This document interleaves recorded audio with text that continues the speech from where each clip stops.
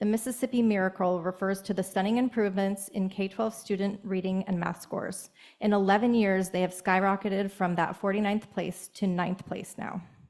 But Mississippi is hardly spending more money to achieve these spectacular results. It remains in the lowest fifth at 40th out of 51.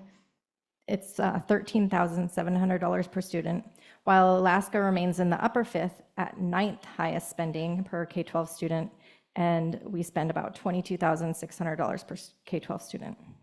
What reason is there for not using the Mississippi Miracle template to quickly bring these successes to Alaskan students at a reasonable and ethical cost?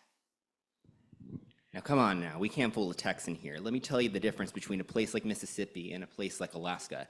It's very expensive to live in the state of Alaska. The Mississippi Miracle is fantastic, but there was also structural investments that led to lower class sizes, sustained investment in curriculum and training.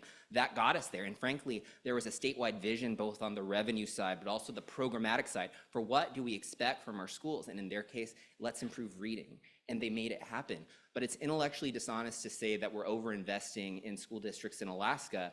You know, somebody keeps on throwing up $22,000 per student. ASD doesn't get $22,000 per student. You have to zoom out and look at the state formula. The reason why the investments are so high per student is because we have a social contract here in Alaska where we want to make sure that education is accessible, whether you live in Anchorage, our largest metropolitan area, or you live in Cuspic, where the price of gas has doubled and the cost of utilities is up by 33%.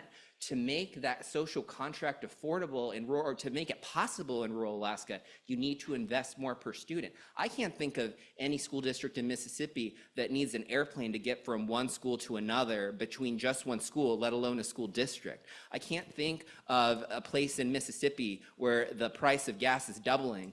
I can't think of a place like Mississippi that could be further from Alaska when it comes to how far your SNAP benefit or your Medicaid or your cost per student to educate your child could go. This is one of the most expensive places on earth, and yet, even since 2022, there are 4 more states that have decided to invest more per student than Alaska. That's just since 2022.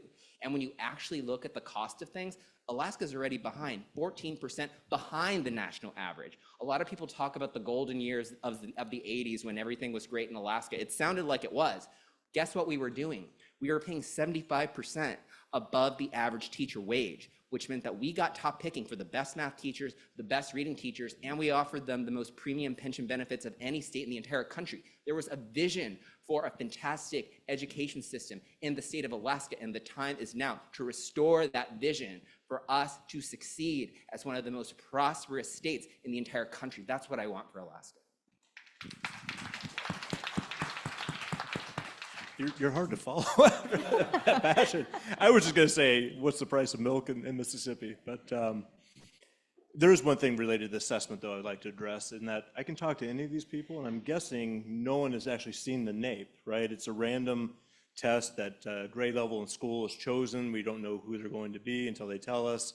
I've never physically seen it. My staff have never seen this assessment unless they were one of those random. And what Louisiana and Mississippi did is actually align their state assessment to the NAEP assessment. So what they're doing is a state is actually geared that direction. And additionally, Mississippi, as you said, they invested, I think it was 8 years worth of full-on investment in process at the state level before they even saw change. We had the READS Act. I don't mind the READS Act. I'm actually in favor of it, but we went right to the next thing. What was the next thing next year? It's all about charter schools. I remember thinking, wow, we just got started on this. And here we are, we've already switched. And that, to me, that was very frustrating. And I think we need to talk some real truth about NAEP assessment and how we're not aligned to it. And we've never even seen this assessment. I'll add real quick. I moved to Alaska from Louisiana. And so that said, I might have a little bias because I'm choosing to be here. But Clayton makes a good point, the standards. The state standards. I was a teacher in that system when that shift was occurring, and it was alignment from the bottom all the way to the state testing. Alaska has its own standards. If we want to measure, why aren't we measuring on the Alaska standards? Why are we using a separate set of standards to measure? Okay, thank you.